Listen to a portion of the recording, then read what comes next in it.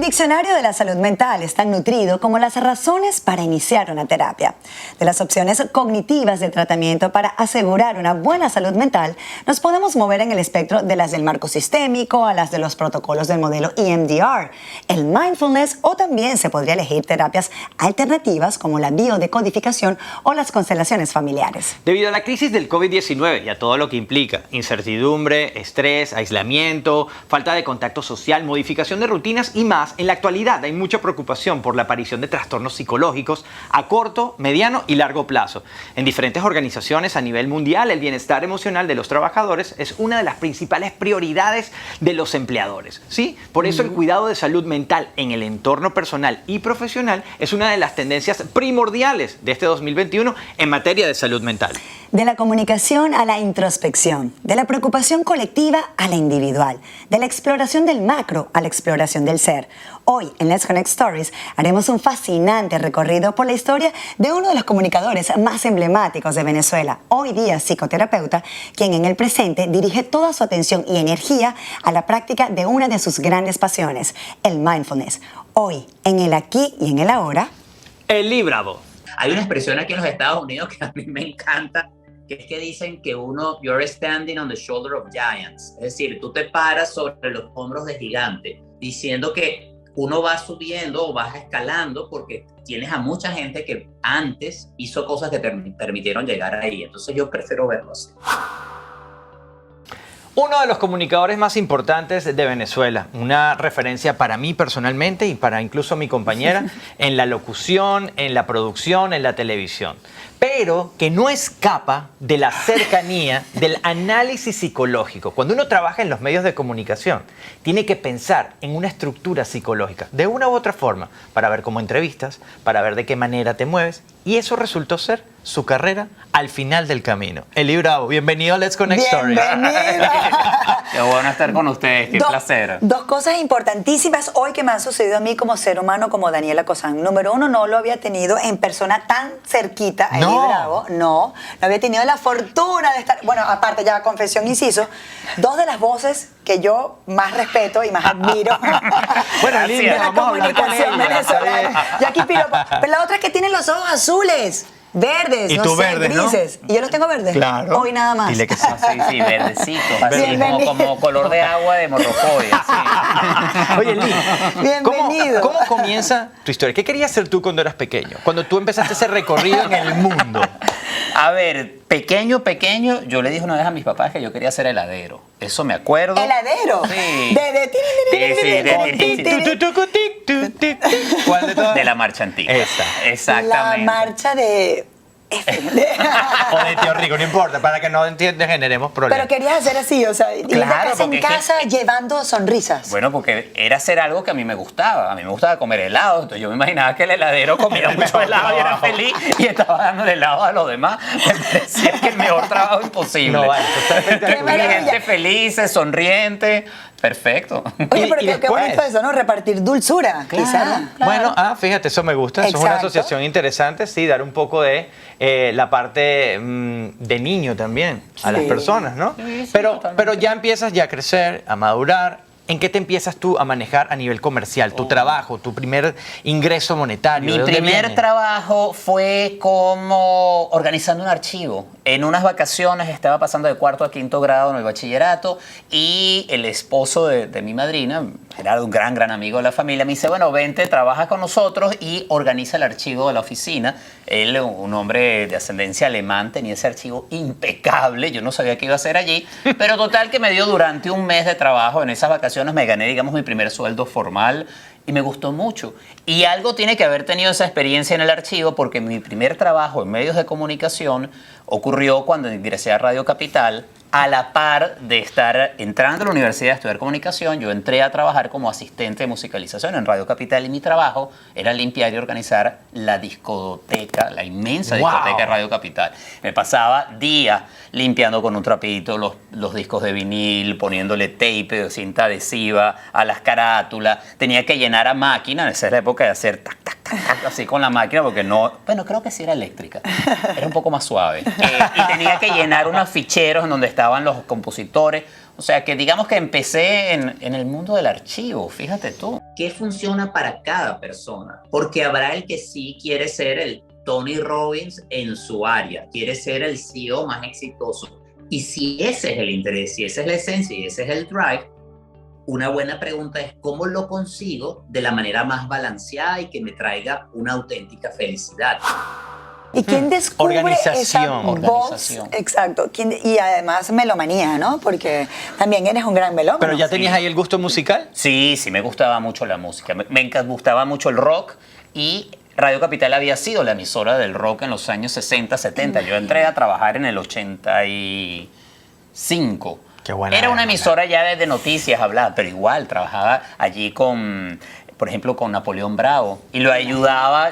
No es que yo me ponía a musicalizar su programa ni mucho menos, pero le seleccionaba a veces la música, o mejor dicho, para hacerle honor ¿Le al asunto. sugerías? Me daban, no, había una lista y yo encontraba los discos y se los daba. No es que yo no tenía decisión, pero fíjate lo que son las cosas, que Napoleón siempre ha sido una persona muy interesada en intercambiar con grupos de trabajo. Una vez me dijo, recomiéndame 4 o 5 grupos de los que tú oyes, que están sonando ahora, para incluirlos en Gente en Ambiente, su programa bandera, emblemático.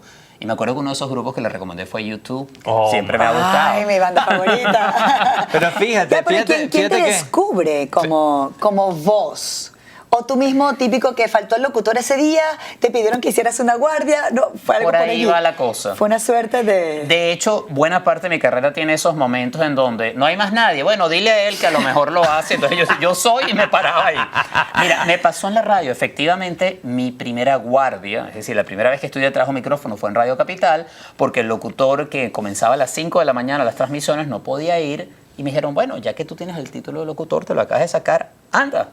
Y así, Dale. en varias oportunidades, estaba de 5 a 6 de la mañana en Radio Capital anunciando música, básicamente. Haciéndole la suplencia a este locutor. Sí, exacto. Y luego me surgió incluso la posibilidad bueno, caí en un noticiero de Radio Capital, pero esa es otra historia. Lo mismo me pasó con Sonoclips en la televisión. También fue fortuito. Fue totalmente fortuito. De hecho, Silvia Briceño, productora del programa en esa época, una amiga muy querida, me dice, mira, vamos a crear un personaje que aparezcan sus pies o de silueta, que no se vea, y tú vas a presentar los grupos de heavy metal, porque eso no es algo que van a hacer ni Nelson ni Carolina, los conductores del programa.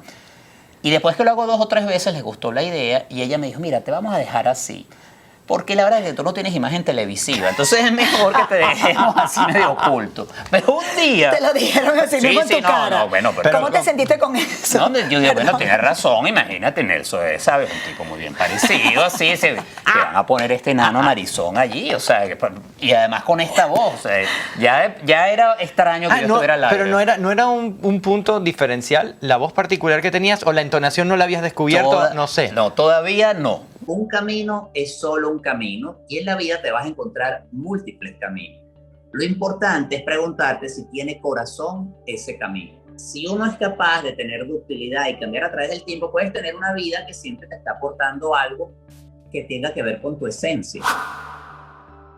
Todavía era una raza, ese habla así como un poco nasal, entonces no tiene voz de locutor. ¿Qué? Ya, perdón, tú también hiciste Sonoclips, ¿no? Yo hice Sonoclips, pero En ya algún momento. unas generaciones siguientes. Pero obviamente mi aspiración era el Sonoclips que nosotros vivimos. De Pues, Lee. el que vimos, El el de de Lee, Nelson. el de Nelson. Además, ustedes vivieron la época que yo quise vivir. Las primeras veces de escuchar esas bandas. Sí, De ver esos videos. Claro. De recibir esa información. Yo ya los vi por archivo. Yo vi otra generación. Estamos hablando del año 89. Por eso, siglo es la pasado. mejor época. O sea, a nivel musical hay muchas cosas muy buenas. Sí.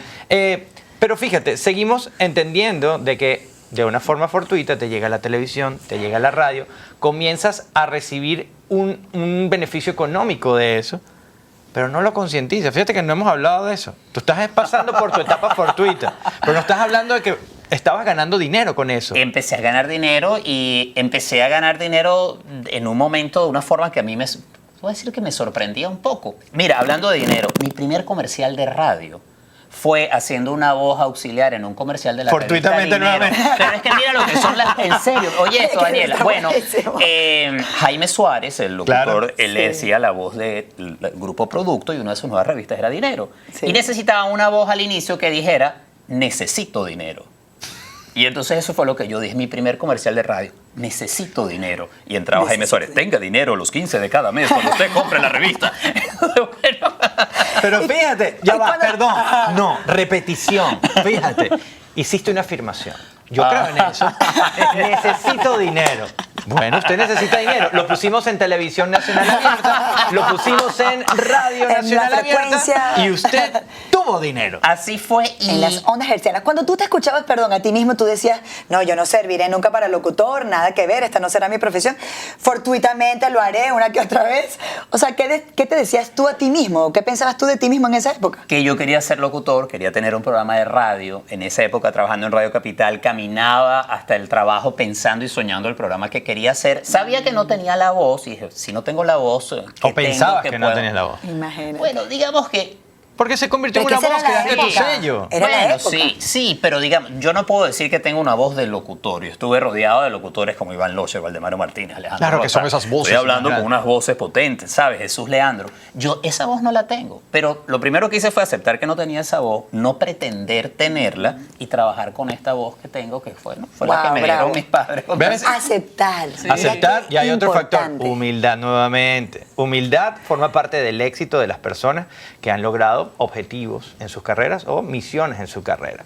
Entonces, ya tenemos allí esa concientización, ya empezamos a trabajar con la voz, pero ahora vamos a ver el mundo empresarial. ¿Cómo te movías monetariamente? ¿Por qué? Porque lo que queremos saber es cómo la gente, oye, hace para crear a partir del arte, que es tu caso, pues su vida. Fíjate, mi caso vino a través de la publicidad. La radio en ese momento estaba bajo un momento estrictamente publicitario, todavía está. Y comencé a hacer comerciales y empecé entonces efectivamente a ganar dinero. Y para mí era una sorpresa porque resulta que yo estaba trabajando con mis amigos, haciendo lo que me gustaba, oyendo No estaba música y trabajando. me estaban de repente ¿sabes? Pagando por eso. Al principio no sabía muy bien cómo manejar eso. Es decir, ¿cómo hago? ¿Cuánto cobro? ¿Cuánto vale esta locución? Y hice en algunos momentos unos arreglos muy malos. Hasta que para formalizar eso, por un lado hice una estructura precaria, había un asistente que me ayudaba y empecé a trabajar con gente. Mientras E ingresé- preparabas, perdón, tu programa, todavía ahí no tenías el programa. hacía sonoclips, tenía uno que otro programa, pero aparte del equipo de producción, porque yo estaba todo el tiempo pensando en la producción, las entrevistas, Claro. pero de pronto tenía que pensar En ok, el equipo detrás. el equipo de ventas, el equipo de cobranza, ¿sabes? Empezar a manejar eso. ¿Y qué querías comunicar en esa época? ¿Cómo Qué querías buena que te pregunta. dieran? No fui bueno jugando en el equipo de béisbol o de fútbol, pero creo que he sido bueno en trabajar en equipo y en reconocer que todo el trabajo que hacemos es un trabajo colectivo. Bueno, como dice, uno cuando puede contar la historia hacia atrás encuentra las conexiones, ¿no? Los puntos y dónde se conectan. Si bien uno como comunicador trabaja para el público, no puedes convertirte en rehén del público. Esa pregunta es muy buena, Daniela, porque yo quería que me vieran como la persona que era y una de las cosas que sucede es que me estaba viendo mucha gente como la persona que quería ver. ¿A qué me refiero con eso? Se da en el proceso de figura pública una idea que tiene el público que no necesariamente es la que tienes tú y lo que quieres tú. Y yo siento que toda mi carrera he estado en la búsqueda de mi propia voz y mi interés y que eso conecte con la gente, en lugar de crear una figura que le funciona a la gente y entonces lograr allí algo que, no voy a decir que es ficticio, pero que no es tan auténtico. Yo quería tocar los temas que me han interesado siempre. Los hablaban ustedes además inicialmente de la presentación. Temas que tenían que ver con la comunidad, con la vida del ser humano, de los jóvenes, la ecología, temas sociales. Eso era lo que yo quería hablar. Y buscaba siempre meter esos temas, incluyendo los temas de bienestar y de salud mental. Ya estaban presentes en mi trabajo desde ese momento y hoy en día forman el centro, el corazón, la columna de mi trabajo. Entonces yo quería hablar de las cosas que me interesaran y me motivaran, no necesariamente de lo que se suponía que tenía que hablar y cómo se suponía que tenía que hacerlo. Y muchas veces eso me generó algún tipo de tensión con los equipos gerenciales o con los equipos de producción, pero decía, no, yo no voy a hacer eso, no lo quiero hacer. ¿Quieren hacer algo más comercial que iban quizás en contra de esa Por autenticidad que tú ejemplo. querías Por generar? ejemplo. Cuenta la historia que el señor Lee decía, hasta este punto llegó el programa. Le dicen 2 años. A él le llaman la persona del 2. 2 años. Llegaba el proyecto a los 2 años y él decía, chao, me voy en un velero. Venían 2 años, chao, me voy a vivir a otro país. Venían 2 años y cambiaba, pero siempre estaba aprendiendo y buscando que él no se aburriera y que fuese para él el trabajo, que no fuese el esclavo complaciente de lo que viene. Y eso es un punto también muy importante porque eso tiene una ética dentro de tu espectro laboral. Seguimos haciendo dinero, seguimos entendiendo, a pesar de que variamos a cada 2 años los proyectos. Que está bien, pues es tu forma, es tu estilo, pero te encuentras en un punto en el cual ya tienes que crear tu propio sistema. Sí, totalmente. Y ahí hay una figura muy importante que es un hermano de la vida, Laureano Delgado, quien fue mi manager, socio, hermano y amigo, y él ayudó a armar el aspecto comercial, que es uno de los temas que ustedes trabajan acá. Él se encargaba del aspecto comercial, negociaciones, cobranza, y me dejaba a mí la posibilidad de creación y además me impulsaba, porque él era uno de los que me decía, ¿se te ocurrió tal cosa? Hazlo. ¿Te quieres ir solo en un velero? Vete. ¿Quieres hacer tal cosa? Dale. Él no era esa voz que decía, no hagas eso. Como me decían en algunos momentos, no termines el programa ahora, estás loco, está en su mejor momento. Él decía, no, pero quiero hacer algo distinto. Él me apoyó muchísimo en eso a lo largo de mi carrera y fue una de las personas fundamentales en todo mi progreso en el mundo de la comunicación, especialmente en la parte comercial. Eli, ¿y en qué espacio te sentías más a gusto? ¿En qué espacio te viste más exitoso? En la playa, en Choroní. Ese es el espacio donde yo me sentía más feliz. Ese es Eli Bravo, un Eli Bravo sorprendente, porque aparte, en una entrevista previa que tuvimos, pues descubrimos en este fascinante recorrido, como le nombramos, descubrimos a un Eli que para mí fue siempre el número uno, ¿no? Número uno en esa generación nueva, de voces nuevas, de un aporte diferente, pero que tú también encontraste un espacio, pero te sentiste como abrumado frente al éxito, ¿no? Frente a la multitud, frente a la idolatría, al tener fans. O sea, eso para ti era como externo a ti, ¿no? Sí. Eso me pareció no se sentía tan cómodo. Exacto, No, me no era llamó cómodo. mucho la atención. Era un asunto de... No me sentía cómodo allí. Había una parte, claro, que me gustaba, no te lo voy a negar, pero no Las me mujeres sentía arrancándote la camisa, eso no te gustaba. Le arrancaron la camisa, los interiores. O sea, de verdad que esto fue un tema muy difícil de manejar. No, perdón, continúa. Pero sí me sentía allí incómodo en muchos momentos y a veces mi salida del medio tenía que ver con eso, especialmente cuando luego de cualquier cosa, un programa que hice en las mañanas que duró 2 años y medio y tuvo mucho impacto, yo dije, yo me voy de morralero al sureste asiático, me voy a ir manejando a Brasil desde Caracas, a Salvador de Bahía. Pasé un año en donde me desconecté completamente de los medios porque necesitaba ese tiempo conmigo mismo. Y eso ha estado allí presente. No quiero decir que esto sea la mejor estrategia, porque quizás alguien está viendo y dice, bueno, pero pareciera que no hay constancia, como que inicias algo y lo sueltas. Y debo reconocer que en algunos momentos esa falta de mantener algunos proyectos tuvo también su impacto. Un impacto económico, en pérdida de ingresos, en también estar en fases exploratorias en donde no había definido claramente lo que estaba haciendo y encontré gente que me apoyaba a lo largo del tiempo, que eso también es muy importante. En estos procesos de búsqueda uno no lo hace solo, lo haces con familia, con socios, con gente que te da el espacio y el apoyo para que lo puedas hacer.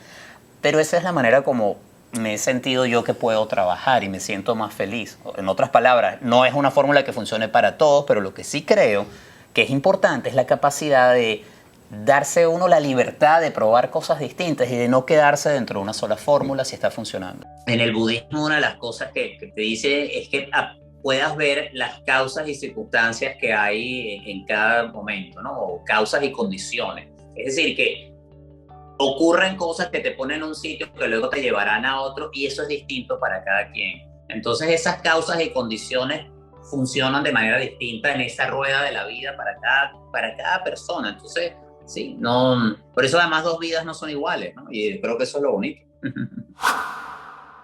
Bueno, pero fíjate, ha sido un proceso en el cual aprendes, independientemente de que no sea el común ni el factor a seguir, hay estrategias. Esa es tu estrategia, como lo estoy diciendo, te funcionó. Tuviste tu proyecto, hiciste una pausa, avanzaste al próximo. Tuviste tu proyecto, avanzaste, caíste en fondo, porque la gente cuando normalmente pisa fondo es cuando despierta y vuelve otra vez y se recupera quizás más avasallante de lo que estuvo la primera vez. Bien, pero ahora viene la parte B de lo que vives hoy en día. Pasaste por todas estas etapas para lograr lo que al final o al inicio siempre quisiste. que era estar en conexión, estar en ¿verdad? conexión con el humano y ayudar a otras personas a partir de sus comportamientos, de sus filosofías y del entendimiento del cerebro. ¿Cómo llegas allí y cómo haces de esto una infraestructura para que te genere todo lo que hoy en día tienes? Bueno, siempre me había interesado la psicología. Me gustaba cuando lo estudié en bachillerato. Fue una de mis elecciones cuando tenía que hacer la planilla de ingreso al sistema de educación pública en Venezuela. Siempre estaba allí, pero prioricé la otra carrera, la de comunicación. Pero como tú decías hace unos instantes en la introducción, Ramón, uno en el trabajo como comunicador también tiene un aspecto psicológico importante. No solamente psicología de masas o psicología social en función del público, sino también en una entrevista. Hay muchos elementos que tú estás manejando todo el tiempo. Al final la comunicación tiene un componente psicológico grandísimo. Luego de haber hecho todo este arco de trabajo en comunicación, también porque en un momento mi carrera estaba entrando en un proceso de cambio muy grande, decidí, bueno, déjame probar esta segunda carrera. Es hoy en día mi segunda carrera. Y luego de años en formación y de estar en este proceso de obtener mi licencia como psicoterapeuta en Florida, me encuentro con algo que me fascina, con una audiencia distinta. Si antes era una audiencia de radio en donde había mucha o poca gente oyendo, hoy en día mi audiencia principal es a quien tengo de frente, sea un individuo, parejas o familias en un proceso terapéutico, pero ahí también hay un intercambio. Esa Y me satisfacción, fascina. eso es lo que te Y iba a decir. No sabes la satisfacción, me encanta. ¿Cómo es la satisfacción de tener ese paciente de frente y ver su evolución? Porque si bien acuden a ti porque necesitan ayuda, estamos hablando de un proceso de salud mental donde hay, bueno, la enfermedad que busca el bienestar, ¿no? del ser y del ser humano. ¿Has enfrentado en ese proceso esos cambios o transformaciones de familias o individuos? Pues ya has visto que los has dejado rumbo a la felicidad, rumbo al éxito. En los momentos que funcionan, no todos los procesos terapéuticos tienen un final que es exactamente el que desea la persona, y eso es algo que también me fascina. Uno entra en un proceso no con un objetivo definido, sino algo de mucho de explorar. Y puede llevar incluso, sobre todo en trabajos de pareja, a lugares insospechados. Ahora, eso me encanta porque tú estás acompañando un proceso, no lo estás guiando, ni dirigiendo, ni tampoco llevando donde tú crees que debe ir. Esa no es la función de un terapeuta. Tú estás acompañando a una persona, a una familia, a una pareja, a que encuentre la opción que funcione mejor para ellos. Y eso me gusta mucho, porque ahí hay algo, hay varias cosas. Lo primero es que es muy vulnerable ese espacio. Estás vulnerable tú como terapeuta, pero también tu cliente. Uno toca y entra en lugares en donde no entras en una conversación con amigos o que no es algo que tienes con cualquier otra persona. En el espacio terapéutico, la relación entre el paciente y el terapeuta es lo fundamental. Es quizás lo que determina realmente si hay o no un proceso de transformación. O sea, que tú te involucras. Claro. Tú estás siendo parte y testigo de ello, y eso me fascina. Tú eres allí una persona que puede presenciar dolor, sufrimiento, alegrías, gozo, pasan muchas cosas. Y eso me gusta mucho. Y yo trato de estar de manera más presente y auténtica allí para la persona. Como dice una de mis mentoras, poniendo mi deseo de lado, en el sentido de que yo pongo de lado lo que yo creo que debe pasar para estar abierto a lo que está sucediendo aquí y ahora y cómo ayudar y acompañar a la persona. Y eso, Daniela, me hace tan feliz como me hacía feliz entrar al estudio de radio cada mañana a empezar mi programa. A mí me hace feliz escucharte. Ay, gracias. Dos preguntas. Primero, ¿cómo te sientes aquí? Estás en un estudio de televisión. ¿Hace cuánto no entrabas? Tenía tiempo que no entraba a un estudio además con tan buenas luces. Esto me encanta. Me siento muy a gusto, pero sobre todo me siento a gusto por verlos a ustedes dos, al doctor Monasterios, que tenía mucho tiempo que no lo veía, esa gente que me he encontrado aquí tan querida. Me siento en casa. La pregunta va, perdón, la pregunta ¿por qué va? Esto es llegar y es una excitación que uno siente cuando uno entra a un estudio de televisión. Es una emoción, es vida. A uno le da vida. Sí. Y más cuando ha trabajado mucho tiempo. Asumo yo, muy groseramente, que debe ser lo mismo cuando llega tu paciente y sientes esa emoción de ver qué ha pasado en el tiempo que no lo viste. Sí. O si al momento que conversaron de esa posible situación que pudiese haber estado pasando, ¿qué te contará en este momento? Sí. Y cuando está hablando, no demostrar la emoción de que lo está logrando, sino ser parco o quizás distante en ese aspecto. ¿Eso pasa contigo? Bueno, es que eso depende del estilo de terapeuta que No lo hay. sé. Hay quienes tienen esa posición, viene mucho de la escuela psicodinámica y psicoanalítica, en donde no hay expresión alguna. Yo soy más bien de un modelo más integrado y colaborativo. O sea que sí me alegro y a veces se me humedecen los ojos. Claro. Y ahí hay una conversación. Pero fíjate que hay una diferencia grande. Me encanta la forma como lo enmarcaste. Si yo entro acá, ahora como entrevistado estoy dispuesto a responder sus preguntas, pero también consciente que a las personas que nos están viendo los quiero de alguna manera cautivar, entretener, mantener allí. Okay. O sea, hay una función. Cuando entra mi paciente a la sesión, yo no estoy allí para entretener ni divertir y a veces ni siquiera para decir, ni opinar, ni hablar, sino estoy para recibir. Entonces es distinto. En ese sentido es muy distinto. Yo creo que en estas cosas es que no hay solución talla única y es que no hay la bala de plata o la fórmula mágica. Cada quien descubre lo que funciona para sí, para la relación consigo mismo y para los demás. Muchas veces nos empeñamos en hacer que persista el pasado o tratar de alcanzar algo en el futuro que ni siquiera se ha dibujado todavía y eso nos saca del aquí y el ahora. Tomárselo con un poco más de calma, con más conciencia y entender que si hay una labor importante que uno puede hacer es tener una relación mejor consigo mismo y con los demás, porque al final vivimos en esas relaciones, en las relaciones interpersonales y la relación intrapersonal. Entonces ponerle allí esfuerzo, invertir allí energía, yo creo que es una manera de disfrutar mejor el presente. Tú no estás allí para conducir el programa. Tú estás allí para acompañar a que la persona conduzca su vida. Para el feedback de la comunicación. Exactamente. Y puedo en algún momento dar alguna reflexión, lanzar una pregunta que genere incluso hasta desestabilizar lo que la persona está planteando para poder cuestionarlo. Pero es distinto. O sea, la función no es entretener. Y allí es donde hoy en día, para mí, está una de las diferencias fundamentales entre la emoción de entrar acá y la emoción de entrar en mi consultorio o hacerlo en Zoom. Que entro acá, me gusta, me encanta, me fascina estar aquí, pero no lo extraño. Ahora lo que sí extraño es volver y ir a trabajar y la gente que voy a ver hoy, mañana y pasado mañana. Exacto, pero ahora fíjate, de pasar a ser un comunicador, pues incluso de una expansión, o sea, tú te dejaste ver por toda Latinoamérica cuando estuviste en Discovery Channel, o en People and Arts. También, sí. De estar en un espectro radial masivo, ahora formas parte pues de una comunidad digital. Te hemos visto en Spotify, tienes tu podcast, tienes tus terapias individuales, tienes tus talleres.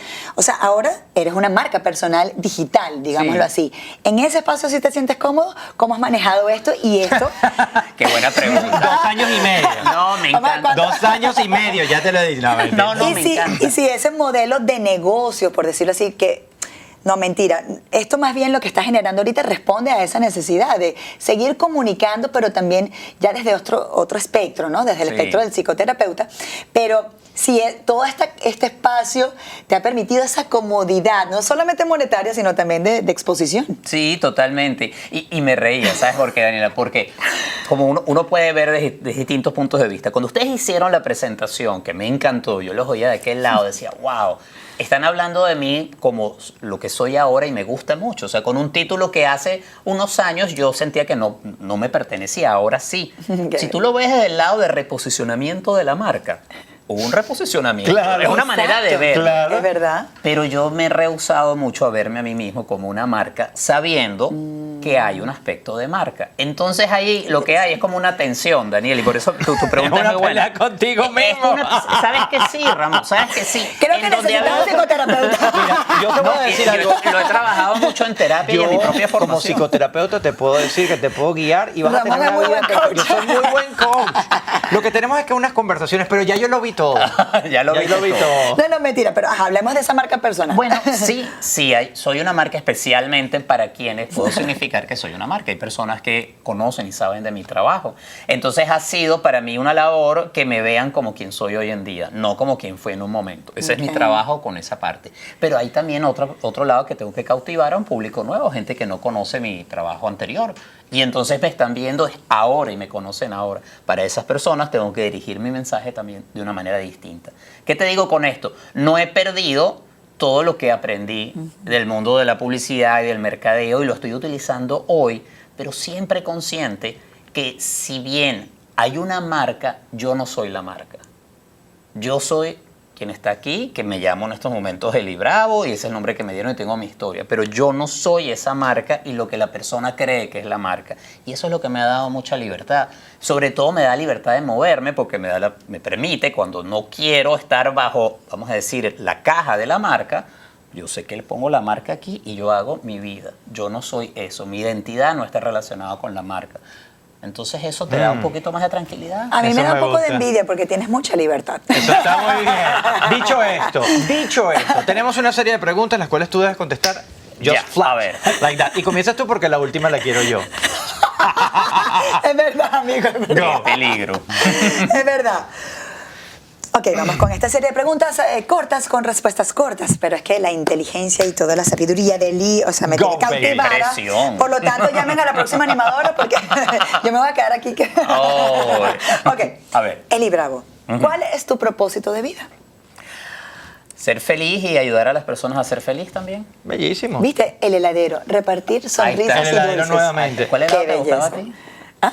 Bati bati de uva, pastelado. No, a mí me gustaba Todos. Drácula. el Drácula, porque tenía la leche condensada o el bombón en su A mí momento. el bombón. Tu rutina en 3 pasos al levantarte en la mañana.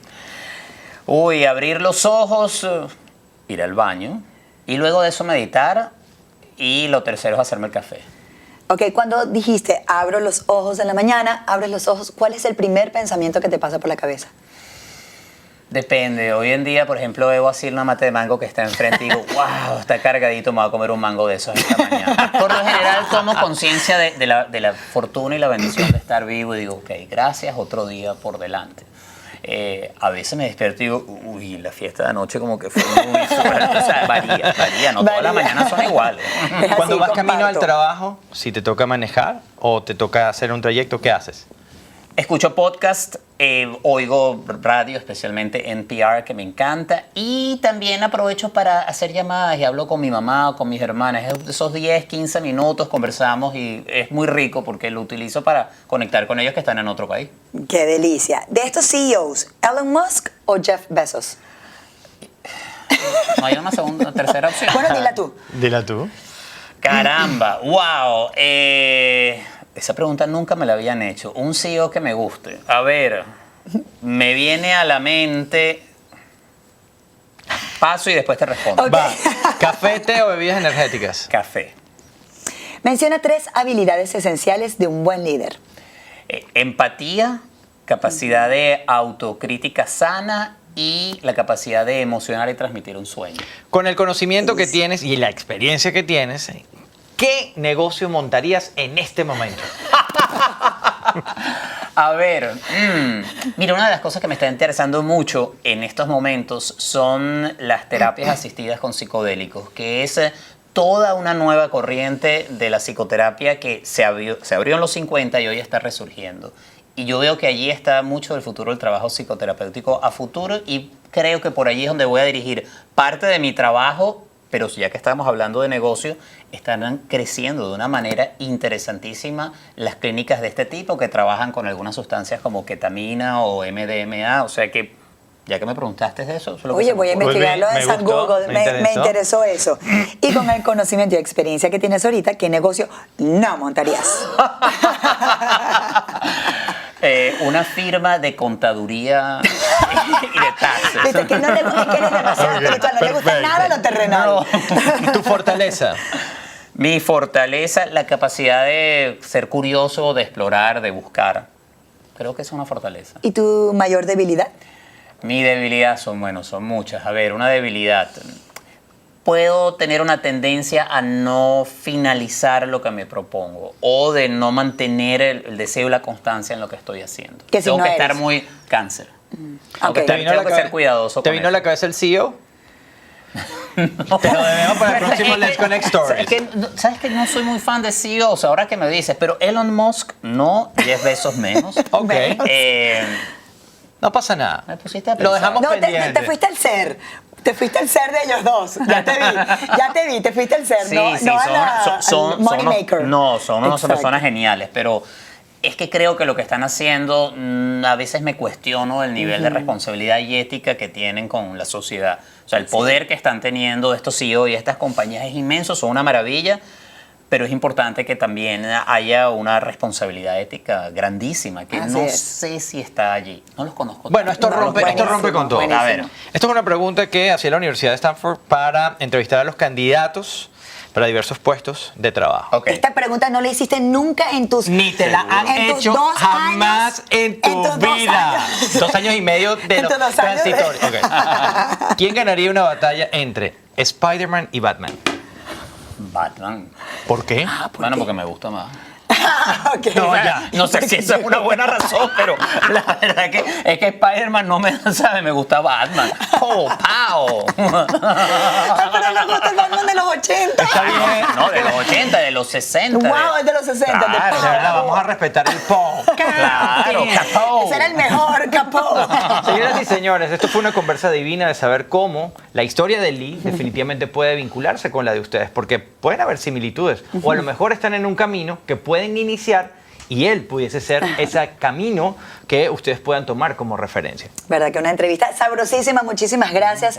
El honor y el placer de toda mi carrera, verte, admirarte, idolatrarte y perseguirte. Bueno, hoy te tenemos aquí sentado Ay, al gracias, lado gracias. en Let's Connect Stories. Gracias a los 2 mejores, más bellos. ¿Tú me estás locutores entrevistando a mí? De mi país, Venezuela, que los quiero y los admiro. Y bueno, yo con la fortuna de tener a Ramón, que también trabajó, bueno, en muchas cosas contigo. Esto es un trabajo mancomunado, esto es Es un un trabajo juego de mancomunado. dominó. Cha, cha, Así, cha, ¿verdad? cha, cha, cha, cha. En este meneo le decimos, nos vemos en otra Nos vemos en oportunidad. la próxima.